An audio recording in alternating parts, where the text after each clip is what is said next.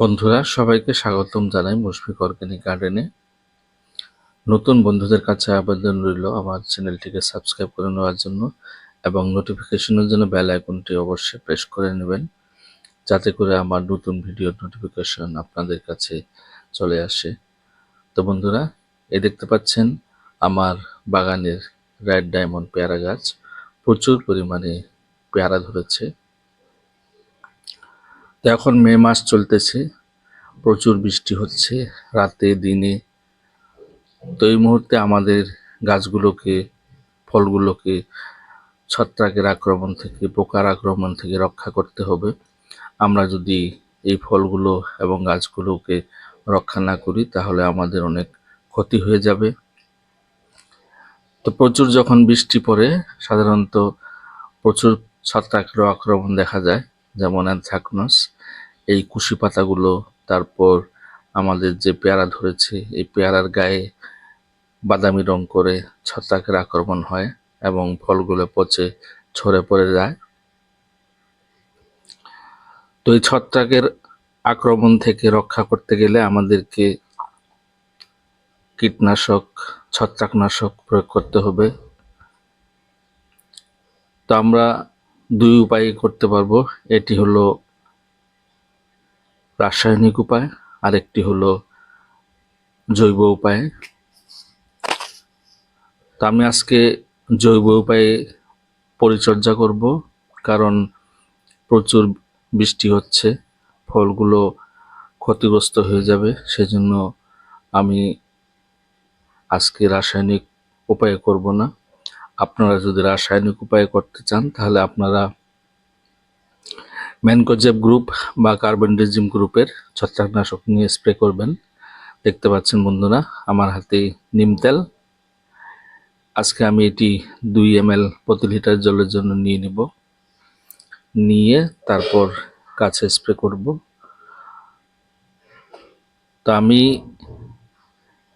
গাছে স্প্রে করার পর তারপর যদি আবার 4 ঘন্টার ভিতরে কোনো বৃষ্টিপাত না হয় তাহলে আমাদের এই নিম তেলে গাছের মধ্যে কার্যকরী হবে। কিন্তু 4 ঘন্টার আগে যদি স্প্রে করার 4 ঘন্টার আগে যদি আমাদের বৃষ্টি হয়ে যায় তাহলে আমাদেরকে পরের দিন আবার স্প্রে করতে হবে। ঠিক তেমনি ছত্রাকনাশক কার্বনডিজিম গ্রুপ বা ম্যানকোজেব গ্রুপের ছত্রাকনাশক স্প্রে করবেন।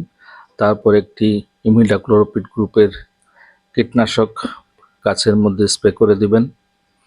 তারপরও যদি দেখতে পান আপনাদের বৃষ্টি হয়ে গেছে 4 ঘন্টার আগেই, তাহলে আপনাদেরকে আবার এই ছত্রাকনাশক এবং কীটনাশক দুটোই আবার প্রয়োগ করতে হবে, কারণ 4 ঘন্টা না হওয়া পর্যন্ত কার্যকরী হবে না।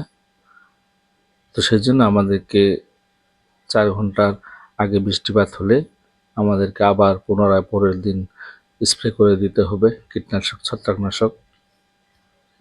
আর বন্ধুরা, আমি যেহেতু নিম তেল ব্যবহার করতেছি, এটি একটি জৈব এবং ছত্রাক এবং কীটনাশক দুটোরই কাজ করে।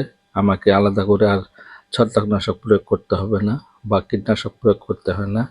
তো সেই জন্য এই জৈব উপায়ে আপনারা যদি ব্যবহার করতে চান নিম তেল ব্যবহার করুন, গাছেরও ক্ষতি কম হবে।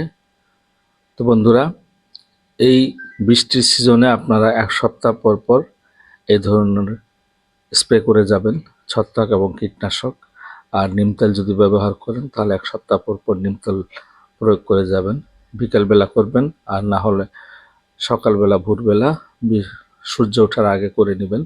রোদের তাপে আপনারা স্প্রে কোনোদিন করবেন না, গাছের পাতার মধ্যে অনেক ক্ষতি হয়ে যাবে। আর গাছের পাতার যদি ক্ষতি হয়ে যায় তাহলে আমাদের গাছগুলোরও ক্ষতি হয়ে যাবে, সাথে সাথে আমাদের ফলগুলোরও ক্ষতি হয়ে যাবে। তো বন্ধুরা, এইভাবে স্প্রে করে নিন।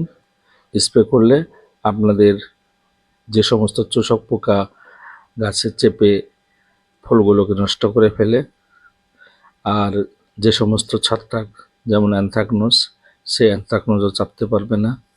তো বন্ধুরা, একটি ফেরোমন ট্র্যাপ গাছের মধ্যে লাগিয়েছি, আপনারা ওইভাবে 2-3টি ফেরোমন ট্র্যাপ ফল গাছে লাগিয়ে রাখবেন।